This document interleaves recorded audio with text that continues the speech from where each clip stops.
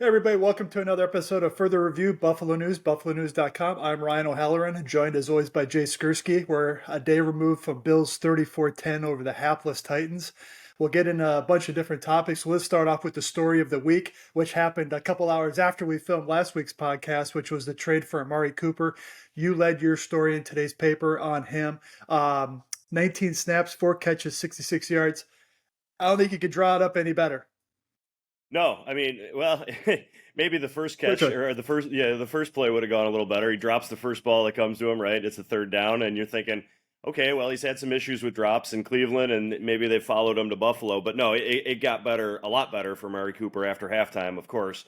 And first catch as a member of the Bills goes for a touchdown in the third quarter, gets them in front in the game, and it seemed like the offense really opened up when they started going to Cooper in the second half. The play, Ryan, that stands out to me is maybe the most basic of catches for him, though. 8 yards. It's in the fourth quarter. It's a 2nd and 8 play. Allen is pressured. He's got to get the ball out of his hands. Amari Cooper is not really open necessarily. The throw is not great because it's a rush throw. It's behind Cooper. He still makes the catch though, and it's a first down. And I wrote in my column today that it's the type of play that I think the Bills offense was just starving for. When you needed somebody to step up, who was going to do it? And too often, the answer in the first 6 games at wide receiver was either Khalil Shakir or nobody. And so now you've got Amari Cooper here, and he's able to make that play. He's able to make those types of plays. I was really impressed with that play. Then you learn after the game, they didn't even practice that play. Allen and Cooper talked about it. Cooper told him he runs slants a little differently than maybe some other receivers, and they were still able to execute, move the chains. Ultimately, they got a field goal on that drive to go up 3 possessions, really put the game away. I just thought it was a super impressive play and kind of an example of what he's going to bring to this offense. Yeah, and I'm glad you brought up that play because you can tell he's a veteran. He's pretty cagey, and he understands angles. He understands how to position himself to make sure he's the only one, can be able to catch that pass. And I thought the one he made on the near sideline provided some yards after the catch. And I mean, I think after that first play, you didn't see him for a while. So okay, is he going to have a really limited role today? And then he came on in the second half. And what I liked about how the Bills used him just for this first game is they used him inside. You hear about he's this outside guy, he's this deep threat. Well, you can also work out of the slot in the red zone and catch the touchdowns that way when you have a receiver outside of him, and then he can they sent a blitzer or whatever, and it was easy pickings. But I think each week you're going to see maybe Cooper's numbers not so much grow, but his role grow and get into that regular rotation. Yeah, I think we can't read a lot into the snap counts at receiver yesterday because Curtis Samuel got hurt, right? He goes out really early in the game. So what does that mean for Cooper's numbers? Did he play maybe a little bit more? Did Mac Hollins play a little bit more? He was still at 75% of the snaps. That's too high for me. 1 target, no catches for Mac Hollins. But maybe that number went up as well because Samuel was out. So it's hard to really know what the game plan was because they had to adjust it because of that injury. But I think we should point out too, Ryan, pretty kind of a fun moment. The replay looked like on Cooper's touchdown that he's looking over to Keon Coleman, the rookie, kind of puts his hands up like this, like, what am I doing here? Because it was a check. It was maybe audible, whatever, at the line of scrimmage.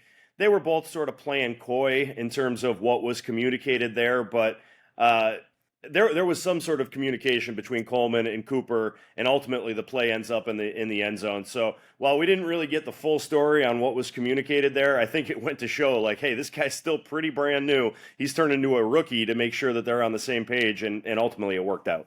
Well, for those watching on video, when a player does this, that's the universal sports language.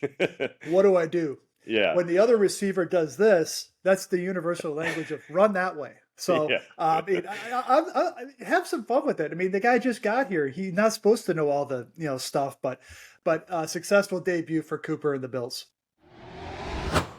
And Ryan, while Amari Cooper maybe made headlines, maybe stole a little bit of the the limelight against the Titans, he was far from the only contributor for this Bills offense. Josh Allen goes over 300 yards for the first time this season.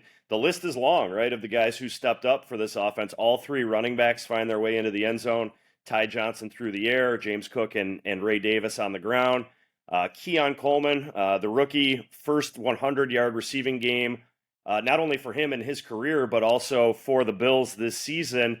What do you make, Ryan, of the guys around Amari Cooper? What was your big takeaway from everyone not wearing number 18 yesterday? Yeah, I'll give you two takeaways. One, having Shakir back is such a security blanket for Josh Allen. 7 catches on 7 targets for 65 yards. And the second part is, you mentioned it in the first segment, when they got Amari Cooper involved, it seemed to loosen up the defense a little bit for the other guys to work other parts of the field. And this was only the third time that Allen had 4 guys with at least 52 yards receiving in his career, so it's pretty rare.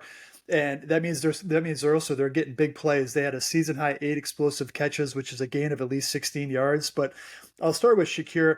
Once you get him back, he does so many good things on the tunnel screen, on stop routes over the middle just to get across the first down marker. Coleman, 2 big plays, 44 and 57 yards. He's not going to run away from anybody, but he can do things after the catch to get those big chunk yards. And I think Kincaid with 3 catches, I think you're seeing him get cranked up a little bit. And it took a while. I think it was a learning process. Okay, how our defense is going to account for him? How is he going to break through that? I think you see him taking advantage on the perimeter instead of working just the middle of the field. So I think those were all positive developments for this Bills passing game. Yeah, for Kincaid, I mean, Allen pointed to the deep ball down toward the right pylon, working away from us in the press box toward the scoreboard end of the stadium as being one of the bigger plays in this game, and I thought so too. Seeing him get down the field more than what we have in the first 6 weeks, really in his career. He was a high volume guy last year, but the amount of big, in Ryan, you're big on the explosive plays. I know that's something that you track a lot. Kincaid had not provided a lot of those, so to see those was a really good sign. Coleman, I think his most impressive play might have been the one that didn't count, right? That back shoulder touchdown catch. Very close, didn't hold up on review. Some of the Bills said after the game they still thought he was in. Either way, though, I thought that was a really impressive play. Obviously, the 44-yarder comes on a broken coverage, but at that point in the game, nobody was doing anything offensively for the Bills. They needed a play, so it was good to see him make that, and then he gets the big 57-yarder at the end to feel good about the number, and the 100 yards is a nice accomplishment for him. It's good for that offense to kind of get that monkey off its back, where they needed a game that was friendly to the fantasy football players, that increases the numbers. This was a bad opponent, right? And what do you want to see against a bad opponent? You want to see domination, and ultimately in the second half they got there. But I think moving forward, it looks to me, Ryan, and I mean, tell me if you disagree, but I mean, this passing game is going to live with Amari Cooper, Keon Coleman, Khalil Shakir as your top 3, and then whatever you get from Dalton Kincaid week to week. Those are by far your top 4 options, and then beyond that, it's kind of found money if you get anything from anybody else. Yeah, and I don't like when they throw Dalton Kincaid tunnel screens, because this is a big body who takes a while to get going. I want him moving. I want him catching the football when he's moving north, and that means the protection has to hold up, which it did. Allen was sacked 1 time yesterday. So on those longer developing routes to Kincaid, you need all the things to align. And I do agree to say, okay, if Cooper's your 1, then I think Shakir's your 2, Coleman's your 3, and then Kincaid is working the margin, so to speak. And I mean, if you're Curtis Samuel, I don't see a role. At some point, okay, why are you even active? But we'll have that conversation for a later day. Yeah. Well, Jay, we talked about the second half and how it was, Buffalo did whatever they wanted to do, but we should address the first half, which was terrible. 3 3-and-outs to start the game. They had started the game with more than 2, and then also 5 punts in the first half. So, as you talked to guys after the game and you reviewed it, what happened? Yeah, that's a great question, and it's a troubling trend for this team. They have not started games well, and it's one of those glass half full, glass half empty things, right? How do you view that? Because they are making the necessary adjustments. Clearly, defensively, just looking at some numbers as I'm writing this today for Tuesday's Buffalo News. they've given up 95 points defensively in the first half of games. That number drops to 41 in the second half, less than half of that total. I mean, that is a big turnaround, a big change. You've got to give the coaching staff credit, right? Bobby Babich, they're settling in. They're kind of getting a flow of the game and how they want to call it. And, we know that the first, 12, 15 plays of a game are scripted, quote unquote, right? And so why are opposing teams having that much success in those situations? It's a good question. I mean, this, as I mentioned in an earlier segment, this is a bad Titans team. They're starting a quarterback who maybe doesn't belong in the league or is a number 3 in Mason Rudolph.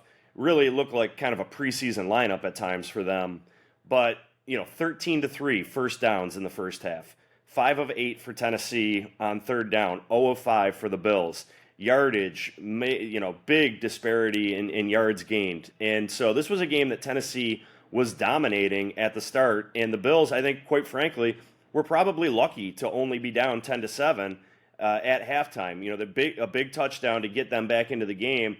But it's troubling that it took them that long to get going. And I feel like against better opponents, that's something that they're not going to be afforded that luxury all the time. Correct. And you saw it against Baltimore. Ravens took control, never gave it up. Houston tried to give it up in that game a couple weeks ago, but their Bills weren't having it. But Sean McDermott took the ball first, credited the win. I was hoping he'd say, "I'm gonna come out, kick their butt, get a lead." But you look at those first quarter drives. 3rd and 1, Cooper drop. 2nd and 5, Deion Dawkins, another false start penalty at home. I don't know what's going on there. And then they have a 3rd and 6 incompletion. All of a sudden, you're 3 and outs and the first quarter's over. So, I mean, to me, it's human nature. You're facing a bad Titans team. You're finally playing on your home field. You have the better personnel, but that's still a bad excuse. You have to come out and where I thought they should have done is show some urgency with the passing game to get a lead so they get their pass rush cranked up, which is what they did in the second half when Greg Rousseau couldn't be blocked. So, I mean, starting this week in Seattle, it's when you're punching back up in class, you can't afford to have these sleepwalks, which have become too common for the Bills. Yeah. One play I think we should really point out, and I give Sean McDermott credit. He mentioned it in the postgame. It's not going to get a ton of attention, but the kick return by Brandon Codrington, it was, I think, 29 yards, but he must have broke 3 or maybe even 4 tackles on that play. Gave them a pretty good, it was 27 yards, excuse me, but it gave them a drive start at their 39-yard line. They scored 3 plays later. It was a 3-play, 61-yard touchdown drive in the first half. They needed something to go right because at that point it was quiet inside Highmark Stadium, very, very quiet. And Codrington, it was, again, that was a tough return. And to make as many positive yards out of that as he did, Mark Gaughan and I talked about this yesterday. He's been a very good player for them. I mean, he is known when to field punts. He's been pretty sure-handed with the ball. I know he had one yesterday where he was ruled down by contact, but you look at what he was able to do for this team in terms of their average drive starts and field position, and that play when they needed some kind of a spark, he gave it to them. So I think we got to give him a little bit of props for a rookie to be able to accomplish that. Yeah, and I gave him a game ball yesterday because the goal on a punt return is to get the first down. Well, he did that 4 times. Yeah. So 4 punt returns of at least 10 yards, which is pretty impressive. And got to give the personnel department credit because nobody heard of this guy when they traded for him on cutdown day, and basically they just gave him the job, and he's capitalized on the opportunity. And Ryan, you mentioned it there a minute ago. This is punching up in class now for the Bills. They've got another long road trip, one of the longest of the season, out to Seattle. Not a short week, but in terms of, you're coming off a Monday night game, you come back home, and now you're right back on the road against a good opponent, a 4-3 Seahawks team. A little bit, run hot and cold the Seahawks have this year, but we know that this is a tough place to play. This will only be my second trip there, so I'm looking forward to this one. I know it's a fun stadium to experience a game in. NFC West, you're not super familiar with these teams, right? And so what do you make of this trip here, flying all the way out to the West Coast for the Bills? It takes a long time to get there. It does. I was counting on the drive home last night. I think this will be my 12th Seattle trip. And that, wow, okay. Even from Denver, when I covered them, was a 3-hour flight. It's for Bills fans who are going to the game, it's one of my favorite stadiums because it's loud. You can hear the stadium shake a little bit. And so it's just a great atmosphere. The Seahawks won 3, lost 3, and then go on the road yesterday and pump Atlanta 34-14. This team can throw the football. They got 3 receivers who all have at least 30 catches in Smith and Jigba, Metcalf, and Lockett. So it's going to be Benford, Douglas, Taron Johnson. Going to have to be really on point. But Geno Smith, I think there's an opportunity there to take the football away, maybe pressure him into some mistakes. But you can't afford these slow starts again in Seattle. Yeah, it's interesting. You talk about the receivers, and as you were breaking down those matchups, I'm coming away from it thinking, all right, I think the Bills maybe like their chances there.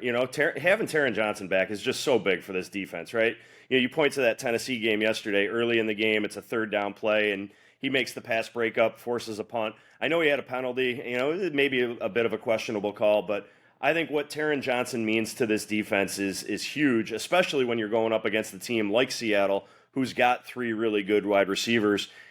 We talked about it before, right? I don't know that the Bills can afford such a slow start, though, because in a loud atmosphere, loud environment, you want to try to take the crowd out of it as much as you can. An early, quick start, I think, would be bigger for the Bills in this game than maybe even it certainly would be bigger than it would be against a team like Tennessee. To your point, where hey, all right, we slept walk, but we know we're the better team.